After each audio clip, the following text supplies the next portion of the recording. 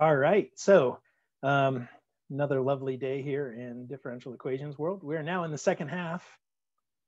We're over the hump, going to the second half of the quarter. So it's all downhill from here, as they say. So again, today's plan is to do a little bit more with the spring mass systems, and then show you where these second order differential equations come up in circuits. But before I do that, I'm just curious if anyone has any homework questions or any topics that we've talked about that you saw some questions on. I think we were going to go over second order differential, reduced order. That's right, Jacob. That's right. Thank you for reminding me that you did ask about that last time. So let's see here. Reduction of order. I'm just going to write myself a note. Do you care like what it looks like? You just want the general, this is how it works, kind of refresher? Preferably one that results in a non-homogeneous, like reduced order equation, like Okay. non-separable. Okay. Well, we'll see how that goes. And then I see a couple of you guys put in the chat, you want to see number 21 from 5.6 and 38b. So why don't we start there, and then we'll pull up one of the ones from your homework on the reduction of order, and we'll see if we can find one that hits what you want to see, Jacob. Okay, does that sound like a good plan? That works perfectly. Okay. I have another quick question for you that I was pondering over the weekend. Yeah, go for it. You know constants that we see, like Euler's number, pi, Planck's constant, those sort of things. How are those things found? Like their numerical values? Yeah, exactly.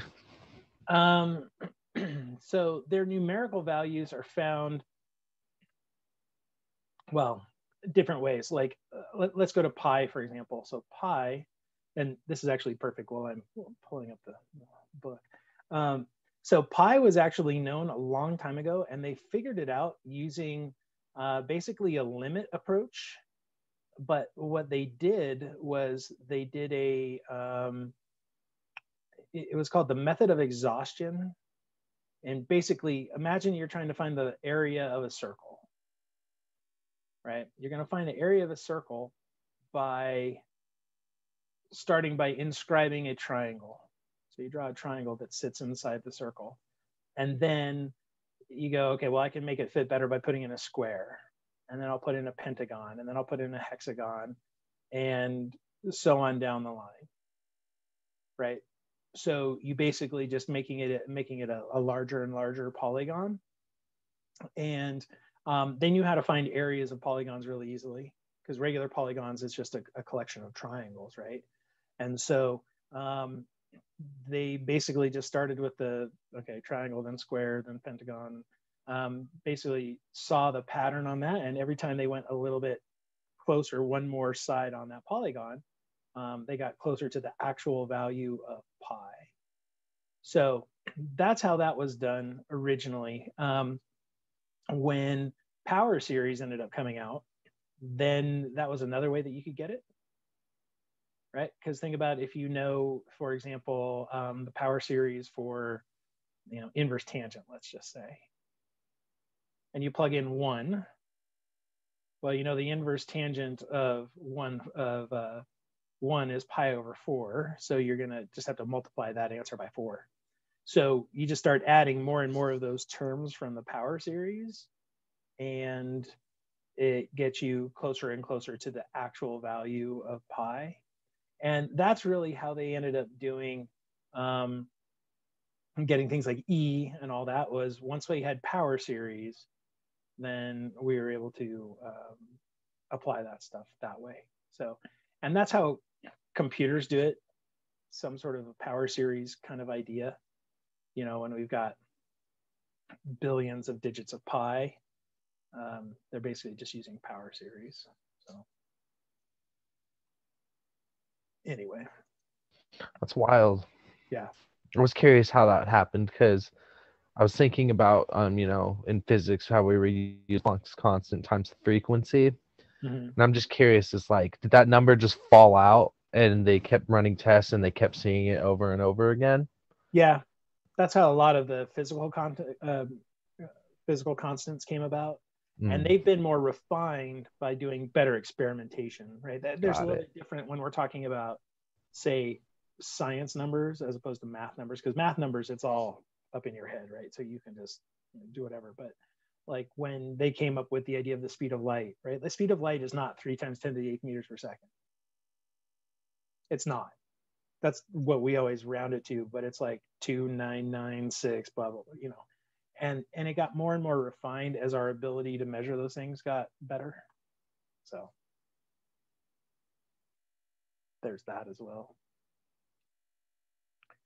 All right, so here we go. Here's 5.6. And the first one that you guys asked about was number 21. So in 21 here, well, it says, find a fundamental set of solutions, given that Y1 is a solution. So this one's homogeneous. So we're solely just looking for the Y1 and the Y2, right? If it were non-homogeneous, we would still want to find the Y1 and the Y2 because we need that. But then we could also use those to find a particular solution and then get our homogeneous. All right. But this is going to be one where we do reduction of order. And reduction of order, you always have to have one of the fundamental set. And so they gave us one. One of them here is sine square root of x. All right, let me go to the whiteboard. And we will work this sucker out. So let me go ahead and start with what the differential equation looks like. So it's 4xy double prime plus 2y prime plus y equals 0. And again, we were told y1 is sine square root of x. Now, I don't know about you, but I don't think I could have looked at that differential equation and figured out that y1 was sine root x. I'm sure Larry could, but we're not Larry. That was a joke, by the way. All right, so, but we know y1, so how does reduction of order work? What do we do? We multiply it by a function, right? The y1. Okay. Yep, so we're gonna go with that y2 is just gonna be some multiple of y1, some function times that, right? So let's try y2 being the form u times sine of root x. And then we're just going to take this, put it into the differential equation and see what that forces u to be. All right, so we need y2 prime. So that'll be u prime times sine root x plus u times, we're going to get 1/2 x to the minus 1/2 times cosine of root x. And that came from the chain rule. And then we go to y2 double prime. All right, so that's u double prime times sine root x plus, okay, so we're going to get one of these things times a u prime. So, and then we're going to get another one from this. So we actually get two of those. So we're going to get u prime x to the minus 1/2 cosine of root x plus u times, and now we need to do the product rule on this piece. And thanks for making me do the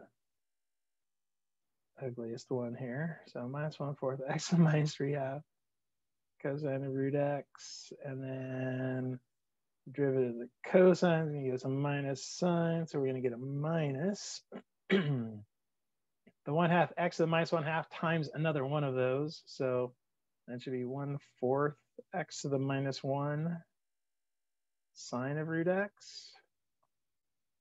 He says really not 100% sure of himself. Please double check that.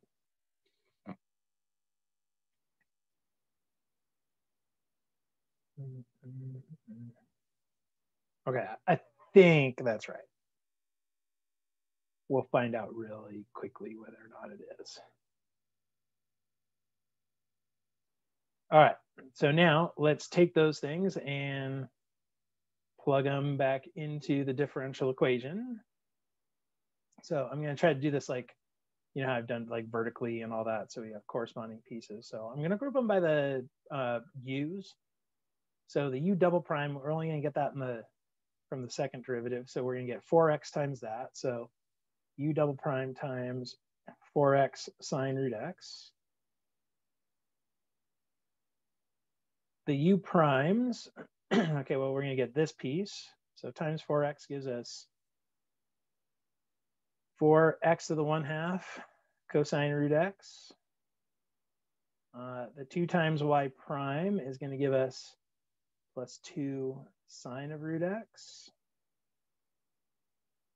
So I believe that's all of the u prime pieces. And then the u pieces, if we did this all right, we did this correctly, should all go away. All right, so we'll see if that's actually what happens here.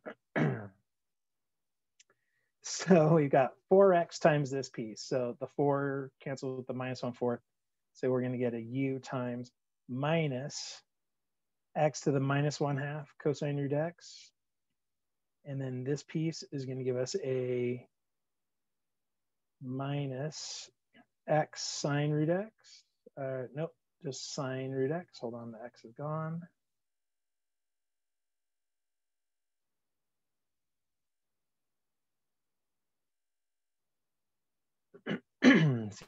Excuse me, so that's a double prime. And the y prime, we're going to get 2 of these. So plus 2 sine root x plus x to the minus 1/2 cosine root x.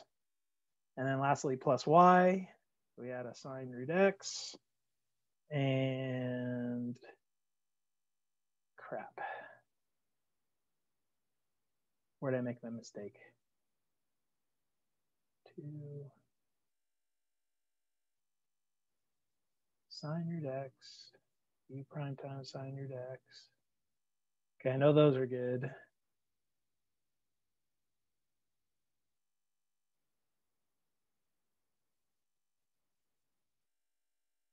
That's suggesting this should be a minus 3/4.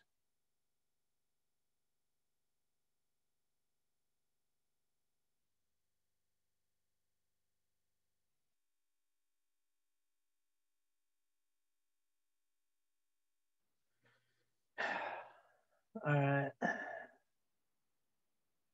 This is when I go to Ralph. Hey, Ralph, where did I make my mistake? You see it? You're usually the one that finds it.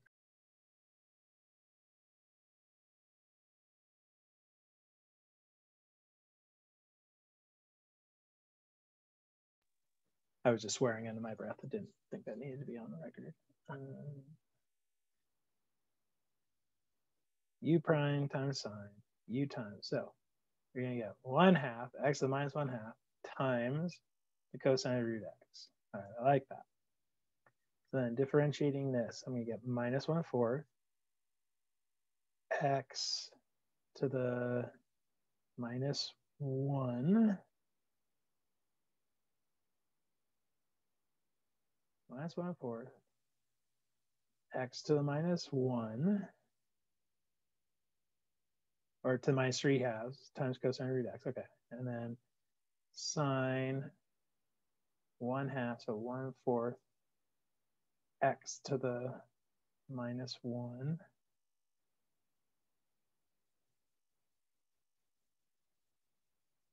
and those feel right though.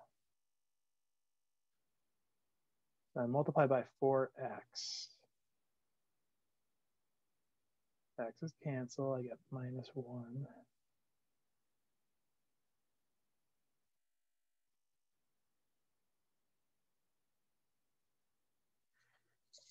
All right.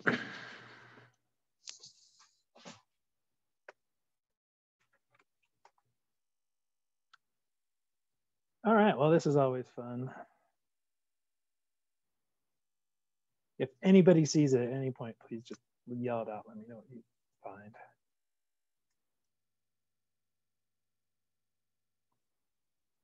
Because the whole point of reduction of order, the reason I know something's wrong is that the U should go away. The piece with the U should. That's going to happen every time with this if we did it correctly, right? Yep. Okay.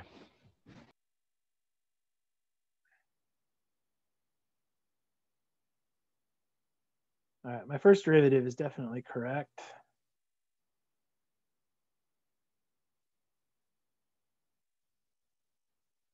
My second derivative is correct. At least the part with this in the U. I'm thinking, shouldn't there be a 1/2 where it's u prime x to the minus 1/2? The reason there's not is because I get two of them. I get the one from this piece, Mm-hmm. the 1/1/2, and then the other is from the second part of the chain rule on this. Oh, okay. Yeah. So 1. Those should be okay.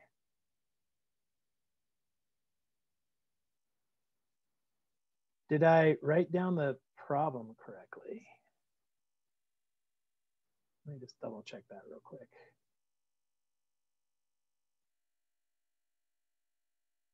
Which number was this again? 21? 4x y double prime plus 2y prime plus y equals 0.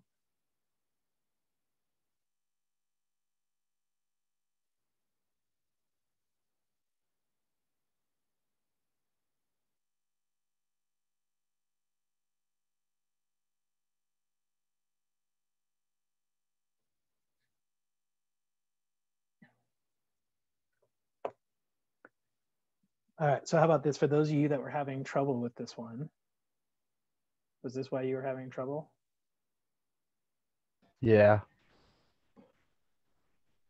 I'm actually wondering if maybe sine of root x isn't a solution to that homogeneous. Let's just check that real quick. Let me come back to the whiteboard. All right. So if we just have the y equals sine of root x, hold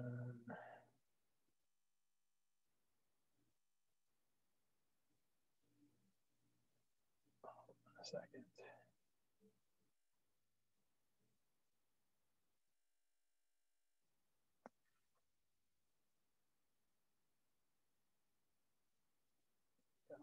All right. So let's see, if we just have this, then y1 prime is definitely 1/2 x to the minus 1/2 cosine of root x. And then y1 double prime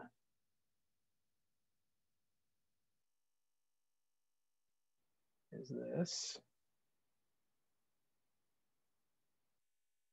So if I multiply that by 4x, I get minus x to the minus 1/2 cosine root x minus sine root x. I'm going to add 2 y primes. So that's going to add x to the minus 1/2. And then add y1. No, that definitely went away.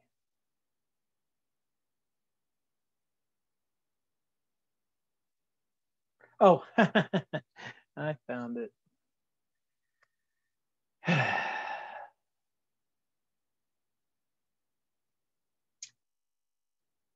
See this 2 sine root x? That's not there.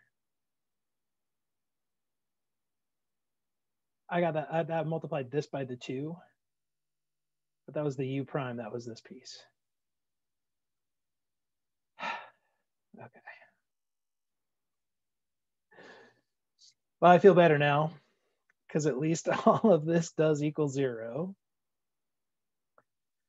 So where we are now in terms of the u's is we got u double prime 4x sine root x plus u prime 4x to 1/2 cosine plus 2 sine root x equals 0. And this is separable for u. So again, I apologize for that delay for me to find my extra piece I put in for no reason. But if we change this now, instead of U double prime and U prime, if we did sort of a W kind of deal, where we say this is W prime and this is W, then we can separate this. We get W prime over W is going to equal minus 4x to the 1/2 cosine root x minus 2 sine root x, right? Move that stuff over, and then divided by 4x sine root x.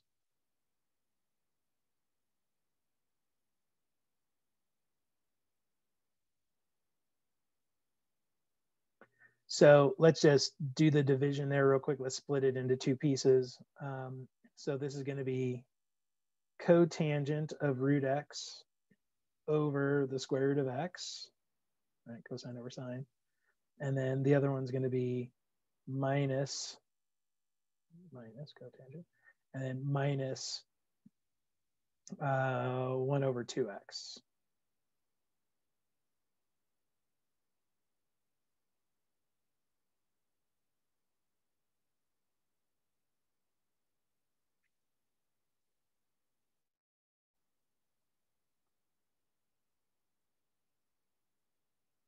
So now I'm really, really nervous, but I think that looks right. We're going to go with it. All right, so now we'll integrate both sides. So I'm going to go ahead and write that up here. Let me just move some stuff around real quick. Screen. So we're going to get the natural log of W from over here equals, all right, well, I definitely need to, well, don't need to, but I'm using my calculator on this one because I don't want to spend an extra 10 minutes trying to figure out where I went wrong. So cotangent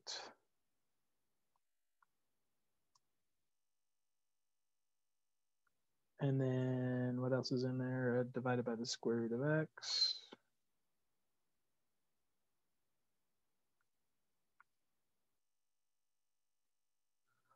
Oh, that actually ends up being really, really nice. You get minus 2 natural log of sine of square root of x minus 1/2 natural log of x.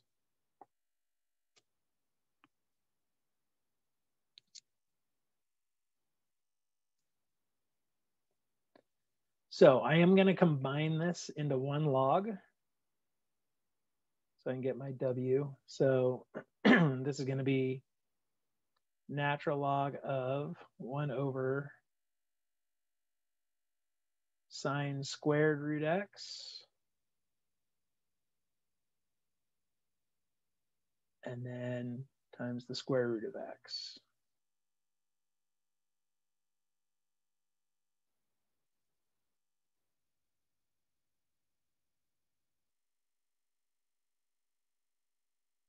And there should be a plus c, but since we're just trying to find the y2, it doesn't really matter. But yeah, what the hell? We'll put it on there. So plus c, plus c.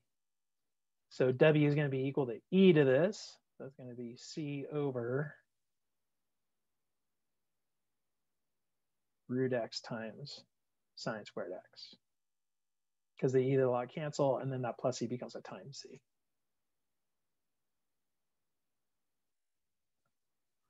All right, but we're still not done, right? Because the W was actually equal to U prime. So we're going to have to integrate that one more time. That was a really sad and pathetic integral sign. try that again. That's better. All right. So by doing the u times y1, we were able to make it so that it was now just a linear first order. We got the value for that, but now we had to backtrack. We have to undo that reduction, basically. So let's find what the u is. All right, so we're integrating 1 over square root of x times sine of square root of x squared.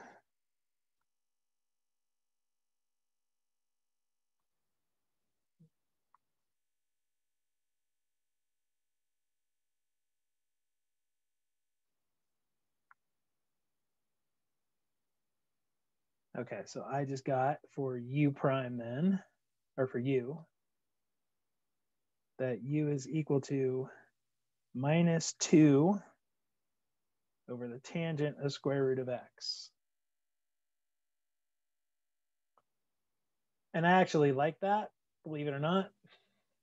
It definitely kind of jives with what we got going on here. So then y2 is going to be minus 2. I dropped all the c's, by the way, because, yeah, don't care anymore. Tangent root x times sine of root x. Well, tangent is sine over cosine, so if you flip and multiply, that ends up just being a minus 2 cosine of root x. But since I can have any scalar multiple of this, and with the c, I'm just going to go with y2 equals cosine of root x.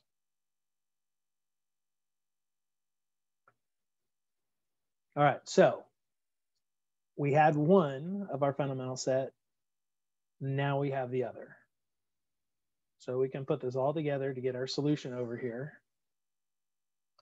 So our solution is going to equal y equals c1 sine of root x plus c2 cosine root x.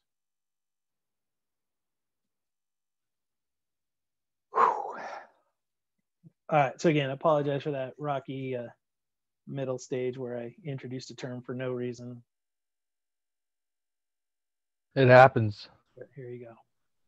Yeah, no, and of course, you know, I do this on purpose, just to remind you that like, sometimes you got to double check, and I'm not going to bullshit you. Sometimes No, I am glad that we asked, because I found my mistake too.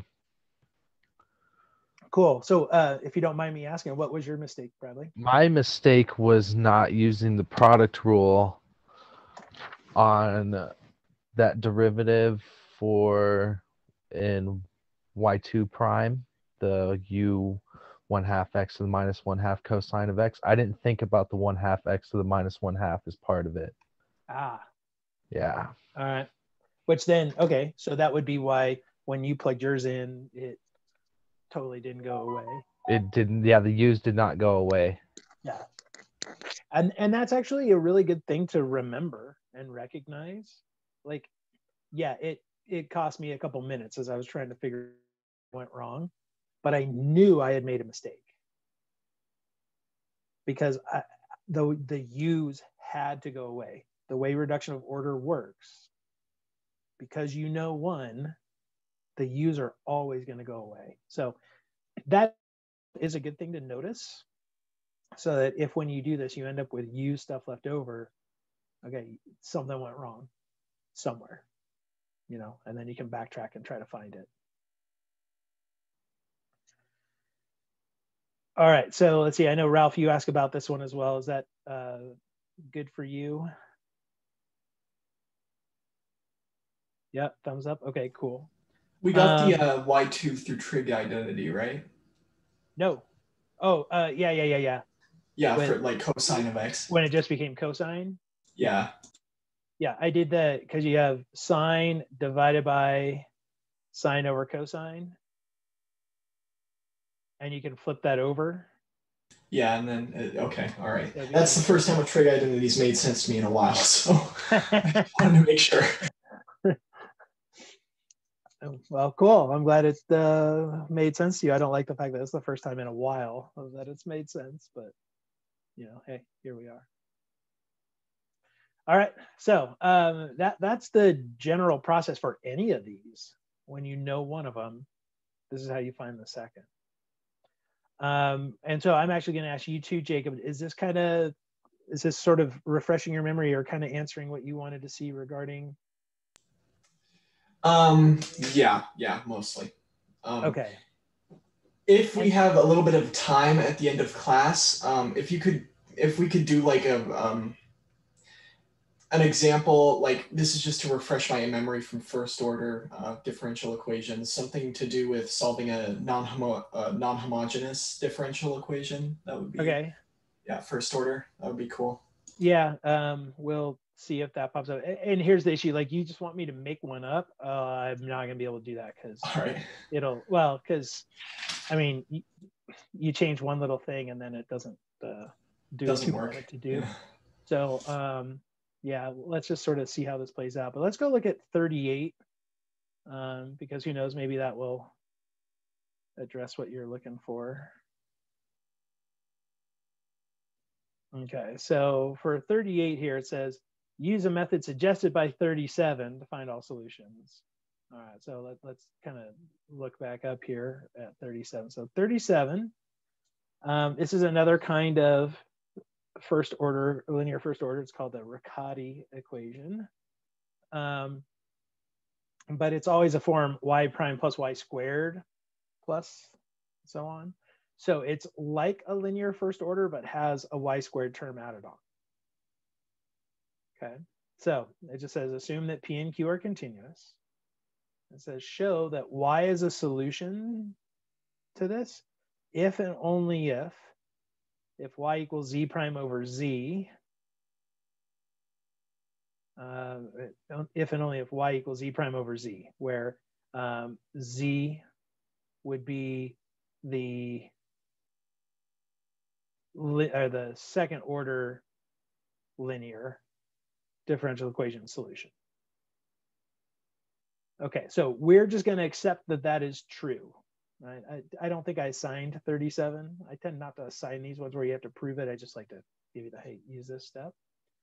So this basically just tells us how we're going to choose our y. We're going to let it equal z prime over z, where z is the solution to the linear second order.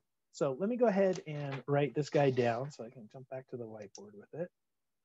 So this was part B. So y prime plus y squared minus 3y plus 2 equals 0.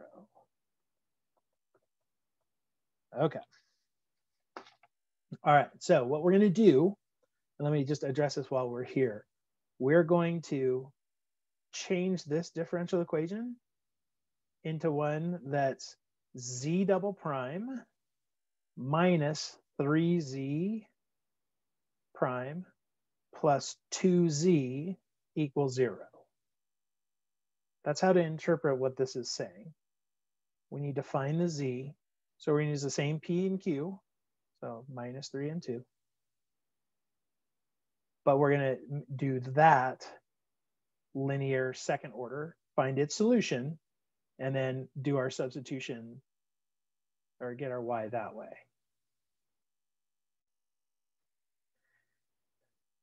Okay, so let's go to the whiteboard. We'll clear all this stuff off. So just to make sure I'm interpreting this correctly, that y value that they gave us is a solution? That is a solution to the original equation. Okay.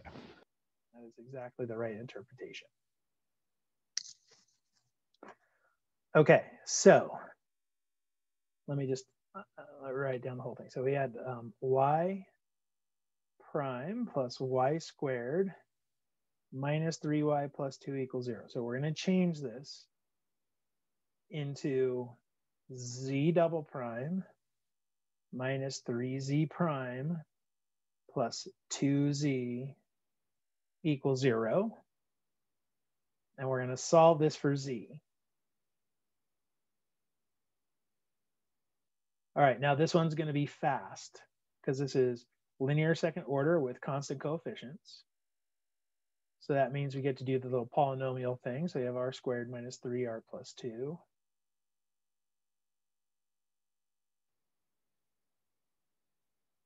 So we get r equals 2 and r equals 1, which means our solution for z, right, we'll call them z1 is e to the 2t, and z2 is e to the t.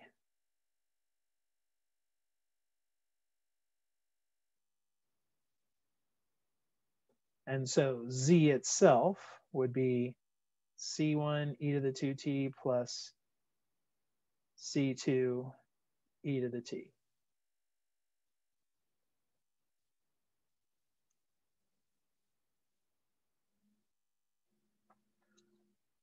All right, so far so good? Yeah. All right, so now we're going to make use of the proof, quote unquote proof, from problem number 37, which says that the solution is going to be y equals z prime over z.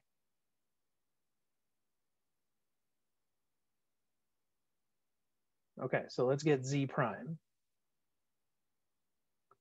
Z prime is going to be 2 c1 e to the 2t plus c2 e to the t.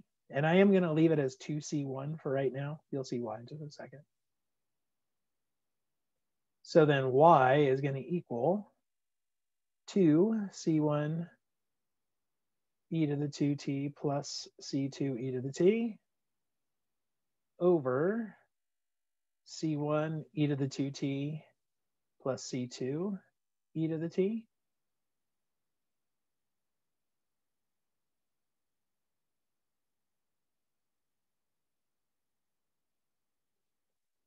And I know when you look at this, you might be going, there's a bit of an issue. The fact that there are two constants, because this is linear first order, right? Or not linear, but it's first order, which means there should only be one constant. So what I'm actually going to do is I'm just going to multiply top and bottom by 1 over c1.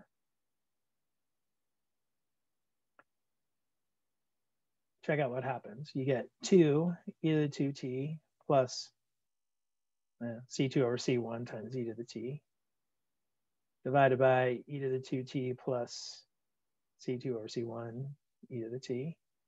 And now I'm just going to call c2 over c1 big C.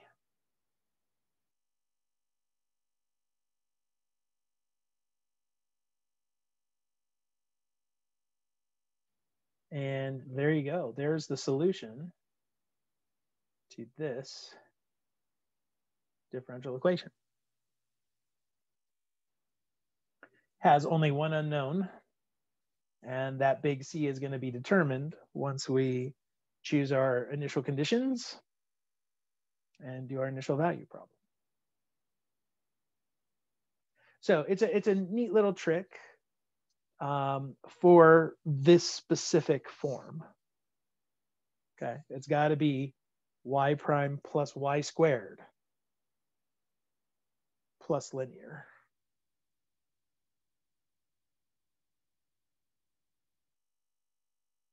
Anyway, fun little trick.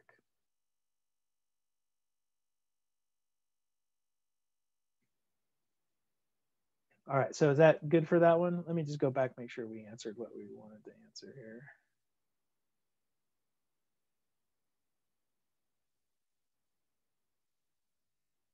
Yeah, just said find all the solutions too. So just to be clear again, if we had been given an initial value, we would have only needed one since it was technically a linear first order. Not linear first order, but yeah, first order. First order, yeah, okay. Yep.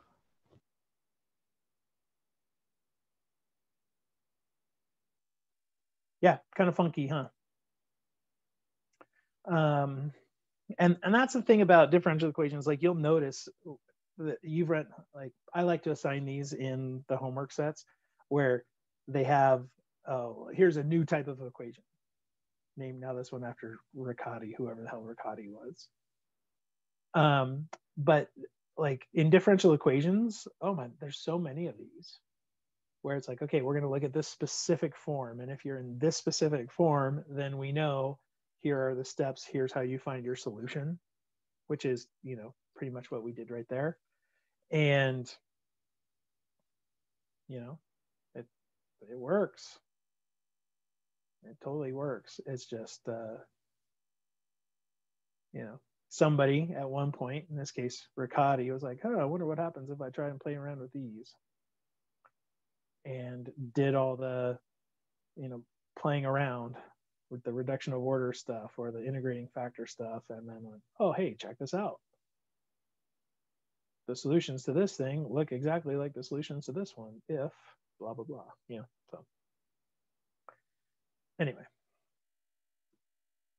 I think like if you're into this kind of stuff, and clearly I'm not, you guys know from how I talk about it, but like if you're into this, I could see how it's like, oh, it's just never ending. You just keep going to the, okay, well, what if we change the form? Like, I think this would be one of those things like, you know, let's say, God forbid, you end up in prison and you got nothing better to do. Like, man, I could kill lots of time just pretty much developing the entirety of this differential equations book on my own, right? You just go, yeah, let me change the form, and be a great time killer if you needed it. That sounds so brutal, though. If that was your life. Yeah. Well, let's tweak this now. Instead of y prime plus y squared, what if it's y prime plus y cubed? Okay. What if it's y prime plus 1 over y? Like, I think that's literally how they did it back in the day. Just started fiddling around and seeing what they could figure out. So, look, somebody had to do it. We're just lucky that there were a couple hundred years of this before we came around. Otherwise, you'd be having to do it right now. That'd be gnarly. I couldn't imagine, honestly. All right, let me see if I can find a non-homogeneous. Ah, look at that. We got some of it. Let's see. Find the general. Okay. So while we're here, let's do this for Jacob. We're going to take one of these up here that has non-homogeneous bits, because it should play out that we still get non-homogeneous once we kind of play around with it. Does that sound good to you? Yeah. Yeah. Okay. So how about let's look at number 13 here. I think that looks just as good as any other. So let me go ahead and write this one down, and then we'll go work it out. So we have x squared y double prime minus 3xy prime plus 4y equals 4x to the fourth. And we've got that y1 equals x squared. Okay, let me just double check. X squared y double prime minus 3xy prime plus 4y equals 4x to the fourth. Y1 equals x squared. Okay. I've written it down properly, which means if we run into an error later, we don't have to come back here. We can just dive back into the calculus and see where we went wrong. All right. So here we go. 4x.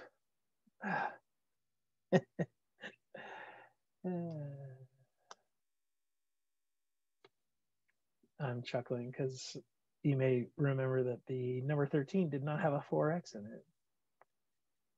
I was looking at another one that I had scrambled on my random piece of paper here. Okay. So I have this problem where I'm writing down a question, and then for some reason when I look back at it, I write down parts of a different question, like the solutions, and it just all goes bad. Yep. Man, I'm not modeling today. Actually, I'm modeling very well today what you shouldn't do. just one of those days, I guess. All right. So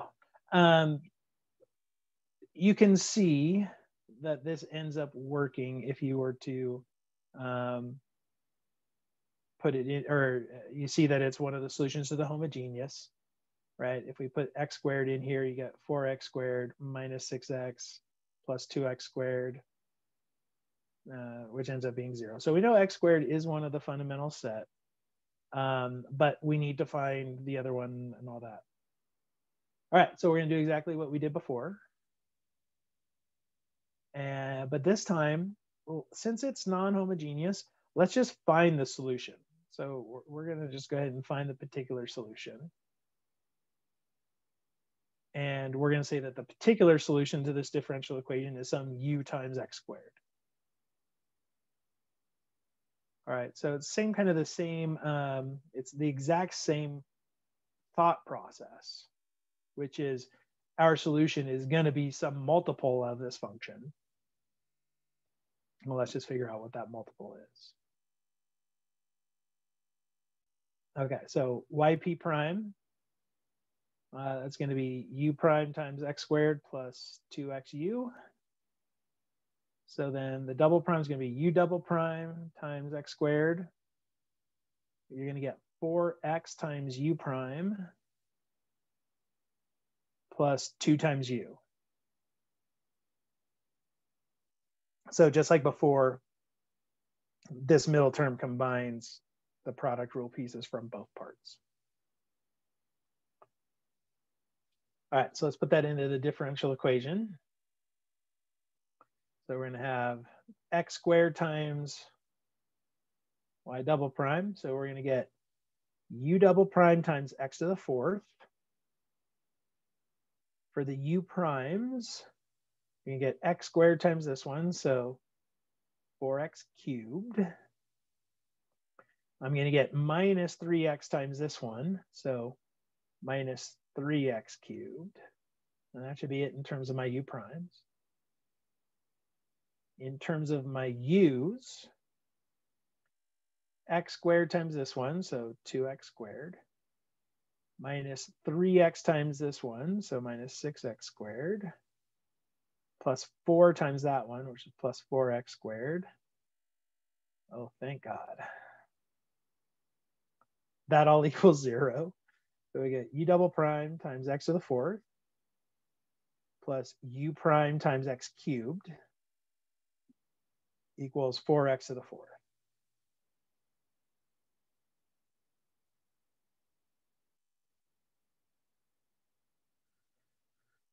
All right, let's divide everything by x to the 4th. So we get u double prime plus u prime times 1 over x equals 4.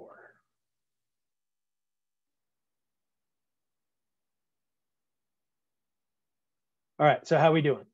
So far, so good?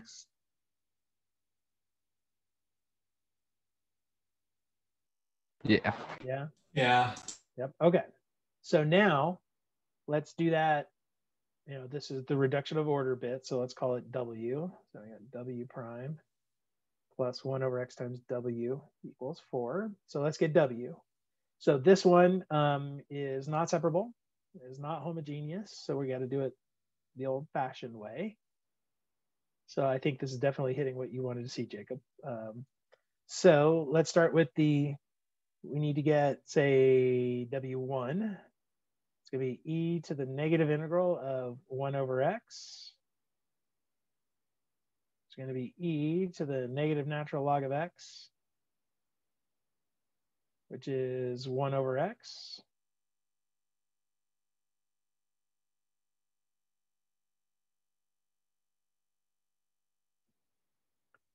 All right, so then what do we do with that?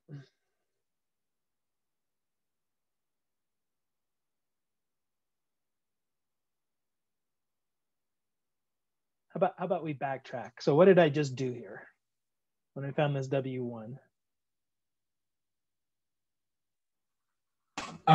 You took the px of 1 of x and then plugged it in to that one formula. I forgot the name. Yeah, and so this is the solution to the homogeneous piece.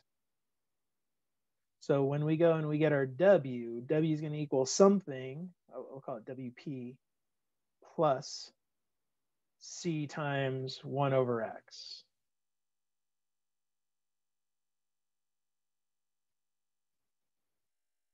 Right? Remember, it's always a particular plus linear combination of our homogeneous. It's just in this case, there's only one solution to the homogeneous because it's first order.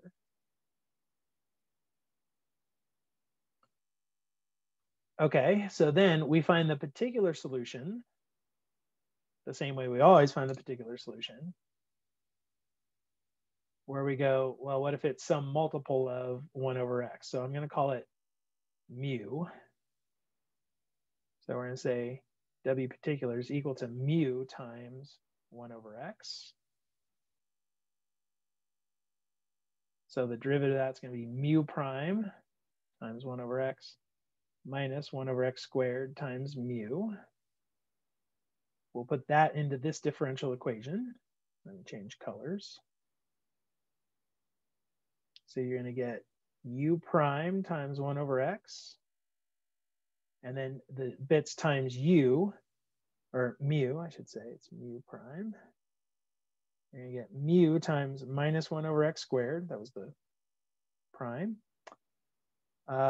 plus 1 over X squared. That's the 1 over X times 1 over X equals 4. Notice that that second piece goes away. So we have that mu prime, and then over here, mu prime is equal to 4x, which means mu is 2x squared. So then our W particular is 2x squared times 1 over X, which is 2x. So I can put that over here. And I get my W is equal to 2x plus C over X.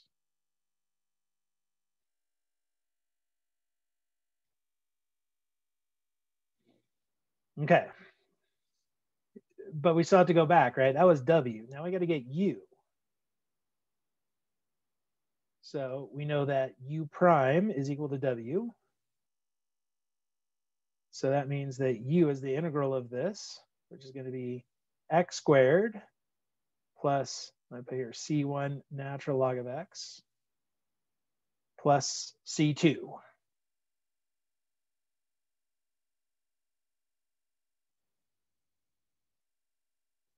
I ended up calling that C1 because I introduced another one when I integrated.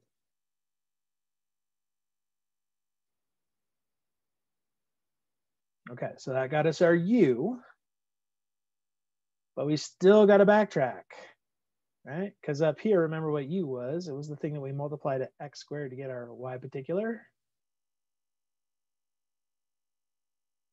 Okay, well, let's put that back in here. And we end up with Y is equal to X squared plus C1 natural log of X plus C2 all times X squared. So Y is equal to X to the 4th, 4, plus C1 X squared log X plus C2 X squared. And not only did we find the particular solution, which is this X to the 4th, but we actually found the entirety of the solution, and we found Y2. Right? We already knew X squared was part of our fundamental set, and we see that, C2 times X squared. The other piece of our fundamental set is X squared log X. And I'll let you confirm that when you take X squared log X, and you come over here and put that into the differential equation, that this gives you 0. The X squared log X will give you 0. So when it's a non-homogeneous, it doesn't change the process at all. It adds a little bit to the step after the reduction of order, because it's no longer just find the homogeneous piece. And I don't know if you noticed this, but I actually solve this differently than we solved the linear first order at the very beginning of the quarter. Did you catch that it was different?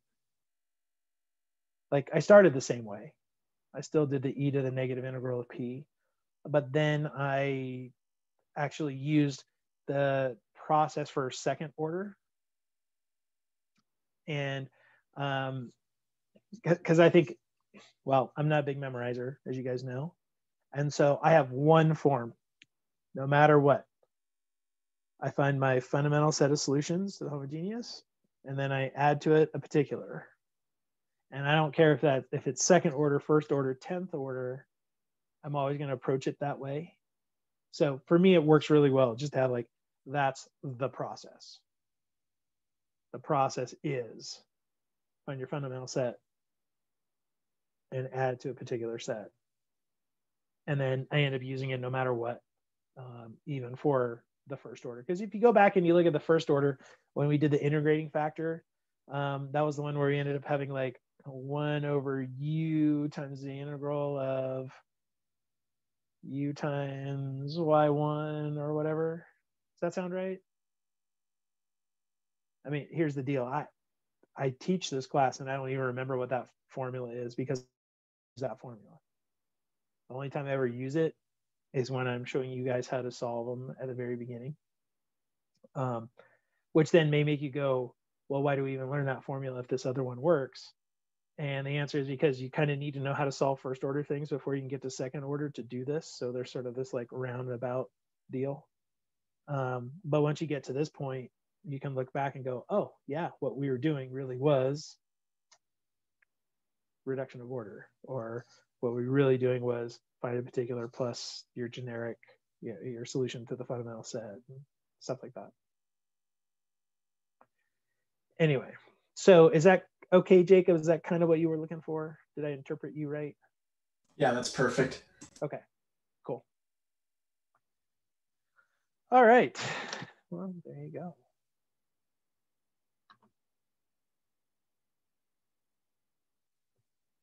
Okie dokie. So are we feeling pretty good then about the, in general, how to do these, and you're going to be able to do the homework okay? He says, wishing you the best. Pretty sure.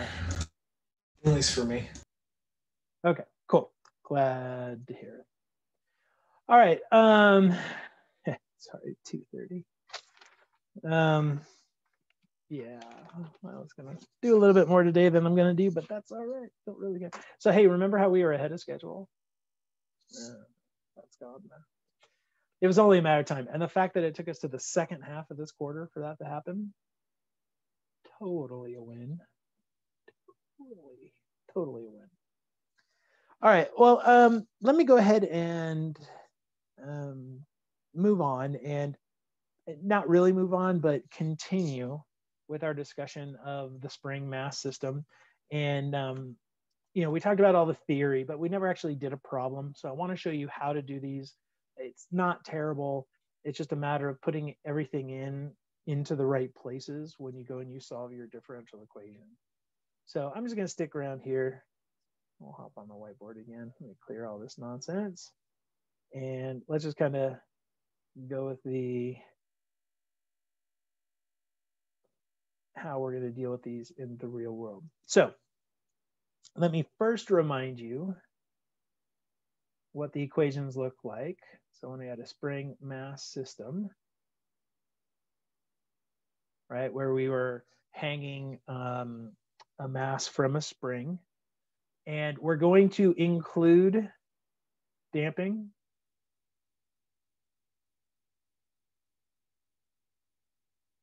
Because if we don't want to include it, that's super easy. You can just pull it out and not have it anymore. Okay, so it's totally cool. We'll just go ahead and leave it in there. So what we saw was that we got mv squared, or mv double prime. No, not v, x. So we had mx double prime plus gamma times x prime plus k times x equals some forcing function. Okay, so I'll do f of t. And what all these different pieces were, again, the m, this is the mass that's hanging off of the spring. This guy gamma, this is what we call drag coefficient. So it's a measure of how much resistance is being produced by the material that you're in. It's the same as when we did air resistance. It's the same thing. And then K, this is the spring constant. So that's a measure of the rigidity of the spring, how willing it is to stretch. And then this guy f of t, this is what we call a forcing function. But this is just anything else that's going to be part of the making this thing move. So like we were talking about, you know, if like it started shaking, we could put in some sort of a sinusoidal thing, or if there was a fan blowing on it, then there's a constant function, or whatever you want. But we call this thing a forcing function because it's actually kind of driving the action. Okay, so this is the spring mass system. And we saw that you get one of three things that happen. You can get underdamping. You can get critical dampening or critical damping. Critical. And you can get overdamping. And that all depends upon that gamma squared minus 4mk. And that was the good old from the Pythagorean theorem. Underdamping happens when gamma squared minus 4mk is less than 0. Critical is where that equals 0.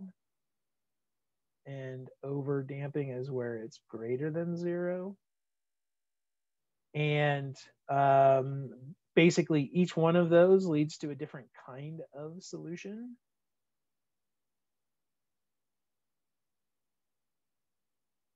And that was just because of how the constant coefficient solutions work, right? This first one, you get sinusoidal, you get decaying,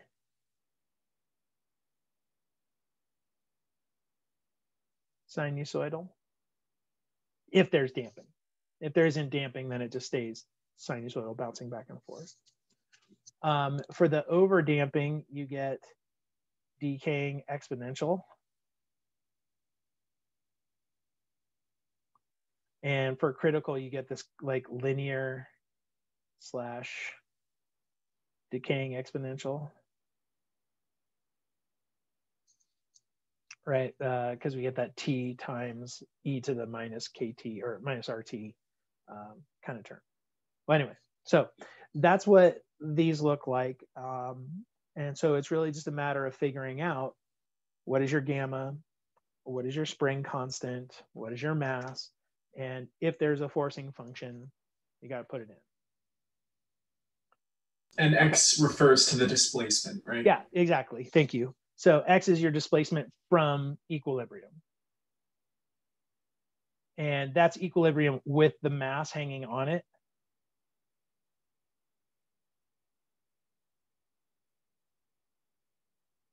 Because what we saw when we kind of talked about it last time is that the only thing that changes when you put a mass on and stretch it is it's sort of just a horizontal shift of your position. So you're going to be oscillating about that new equilibrium, just as if you weren't around a new equilibrium. So we could just totally disregard it. Okay, so let me show you how this works and how we can kind of put this into play and all that. So here is a typical problem that you're going to see regarding a spring mass system. And it often will start something like this. All right, so suppose a mass of 1 kilogram, 1 kilogram stretches a spring 30 centimeters.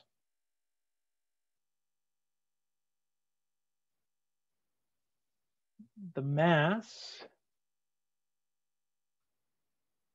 is displaced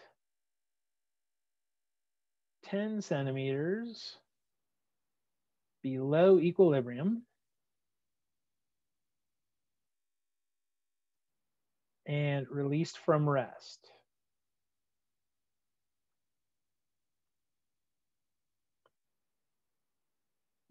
The fluid that's surrounding the system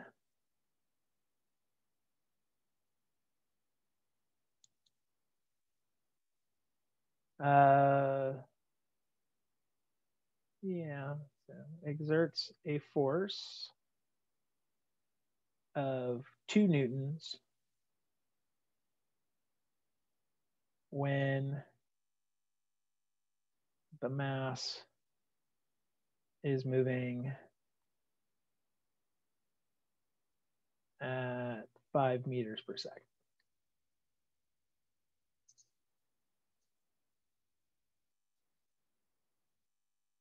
Find a function for the displacement.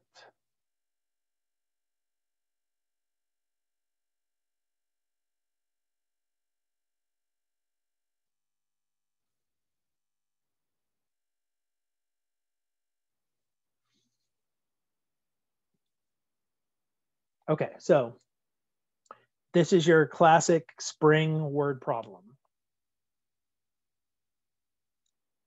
Let's see if we can look at this and figure out what is M, what is gamma, what is K, is there a forcing function, you know, what is everything telling us, right? Because once we get it set up, like, I mean, that's really the issue, is getting it set up. Because once it's set up, then it's just going to be business like usual. We're just going to solve it the way that we normally solve it. Okay, so let's start seeing what this tells us. All right, so suppose a mass of 1 kilogram stretches a spring 30 centimeters. Hey, look at that. They just told us something.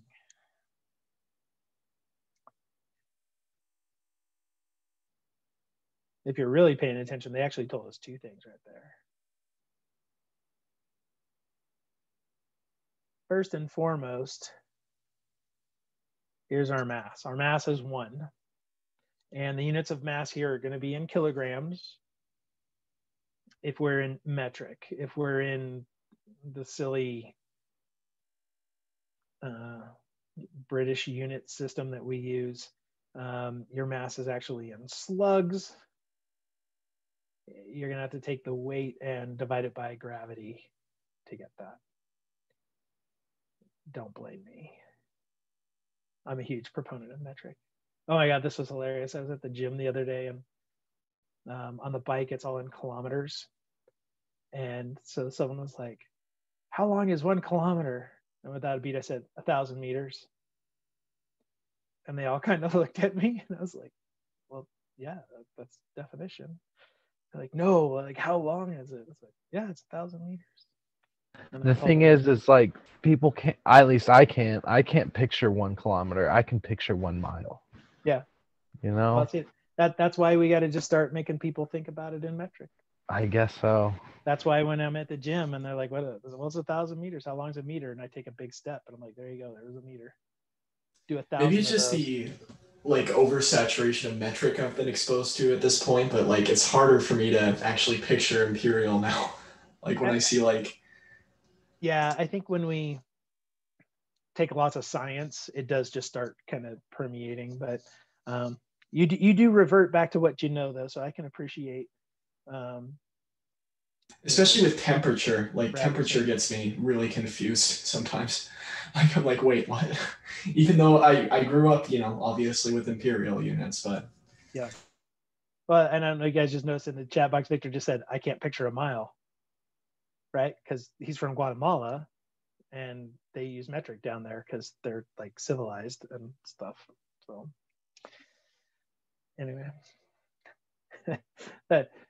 that's my measure of civilization. You're a civilized country if you actually use metric. Read into that what you will. Anyway, all right. So so we got our mass is 1 kilogram. Cool. So m is equal to 1. But I said they actually told us something else there. We're gonna have to figure it out, but we can get K from this. Because remember, for K, we're gonna use Hooke's law for springs, that a force is going to cause a certain displacement, and the K is the coefficient in there.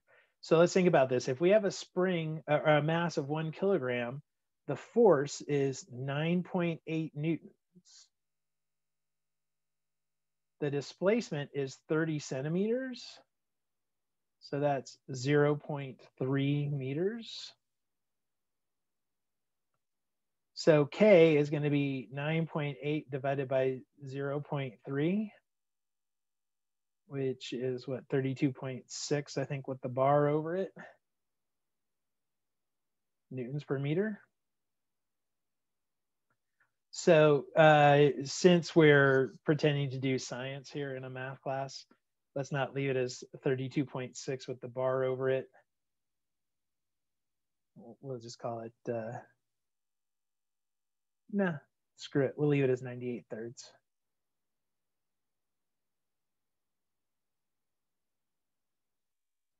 All right, so there's our K. So when they tell you, if they give you a mass stretches at a certain amount, you can actually use that to find your K value.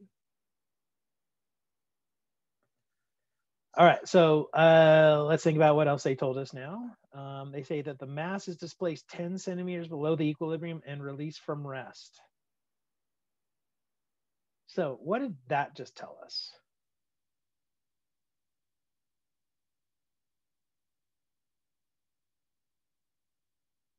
In the context of differential equations, what did that just tell us?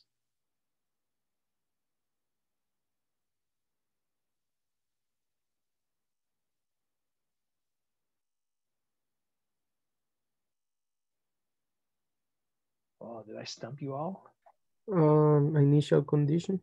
Yeah, that's the initial conditions. That just told us x of 0 and x prime of 0. The initial displacement, that's our x of 0, and then the release from rest tells us the velocity at 0. So the velocity at 0 is 0. And the initial position, when we derived this formula, we had down being positive. So this displacement is a positive, well, 10 centimeters. Let me convert it to meters.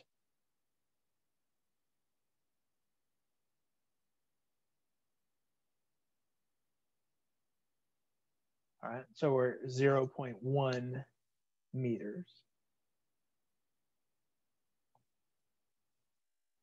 All right, so that's how you're going to get initial conditions, stuff like that. So displace 10 centimeters and release from rest. That gave us this. Okay, so it says the fluid surrounding the system exerts a force of 2 newtons when the mass is moving 5 meters per second. All right, well, that's what we're going to use to get our gamma. Because when it came to resistive force,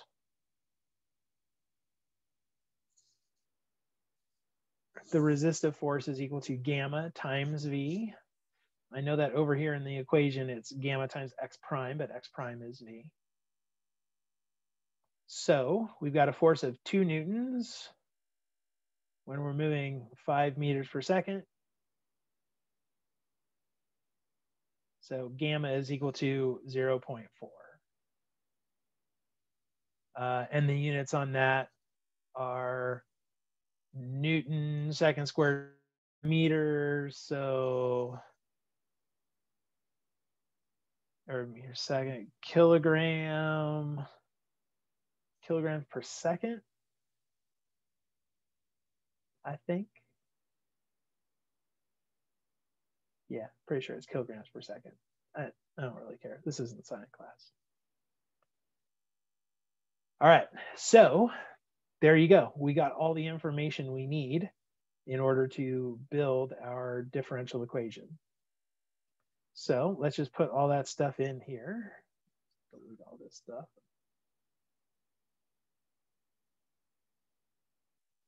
Oh, and you'll notice that there is no forcing function because it didn't say anything about there's some other force being applied or anything like that. So this one's actually going to end up being homogeneous, which is exactly what we want. So we're going to get 1 x double prime plus, not only right, it is 2/5 x prime plus 98/3 x equals 0. But again, with our initial conditions, we had x of 0 is equal to 0.1 and x prime of 0 equals 0.